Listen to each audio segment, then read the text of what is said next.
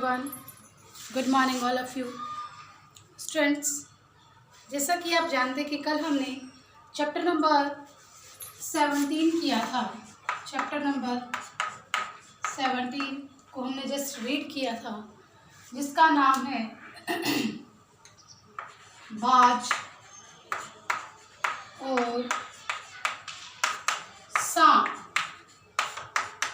ठीक है बेटे, इसके लेखक है निर्मल वर्मा। निर्मल वर्मा।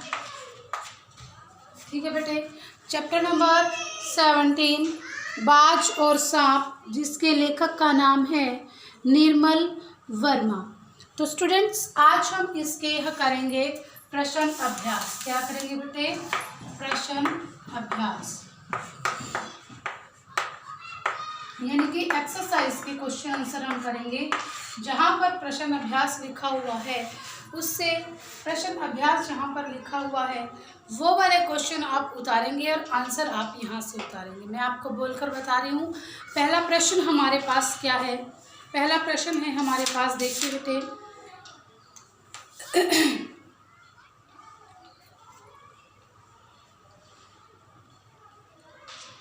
घायल होने के बाद भी बाज ने यह क्यों कहा, मुझे कोई शिकायत नहीं है, विचार कीजिए। क्वेश्चन को ध्यान से सुनिए।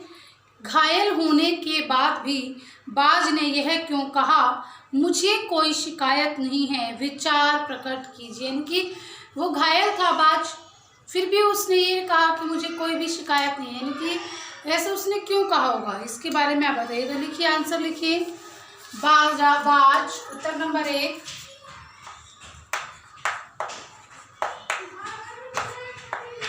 बाज को वस्तुतः आजादी, बाज को आजादी पसंद थी। बाज को आजादी पसंद, बाज को आजादी पसंद थी। वह अपने अधिकारियों के, वह अपने अधिकारों से लड़ने की, अधिकारों से लड़ने में विश्वास रखता था। यानी कि जो उसके अधिकार होते हैं मनुष्य के या किसी के भी, उसमें विश्वास रखता था। बाज कहता है कि मनुष्य को अपने, या मनुष्य या जो कोई भी हो, उसे अपने अधिकारों के लिए लड़ना चाहिए।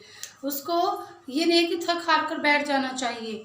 तो लिखिए, किसी भी कीमत पर उसे समझौता पसंद नहीं था। यानी कि वो समझौते में विश्वास नहीं रखता था। किसी भी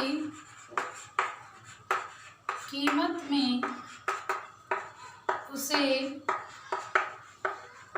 समझौता पसंद नहीं था।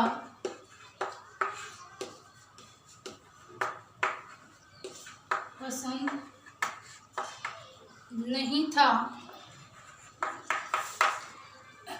फिर कहते हैं, इन्हीं सब कारणों, इन्हीं सब कारणों से, यानी कि ये सब कारण थे, इन्हीं सब कारणों से जीवन संघर्ष में, जीवन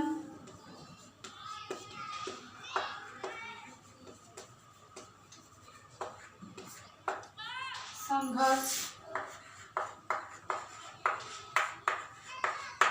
होते हुए भी उसे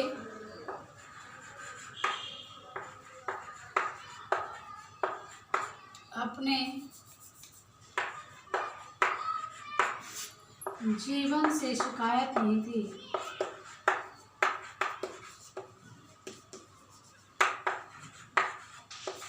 शिकायत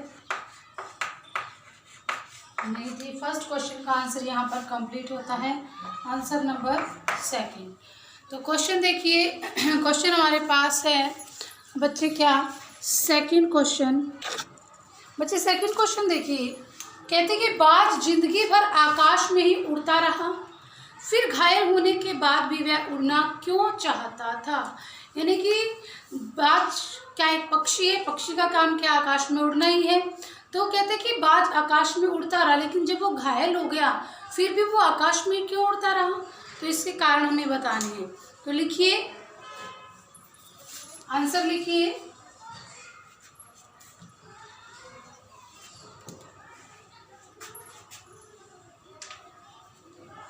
बाज का आकाश में उड़ना उसका कर्म था, यानी कि काम था। वह आलसी की तरह बैठकर दिन बिताने में विश्वास नहीं रखता था। वह आलसी बनकर जीवन नहीं बिताना चाहता था, इसलिए घायल होने पर भी वह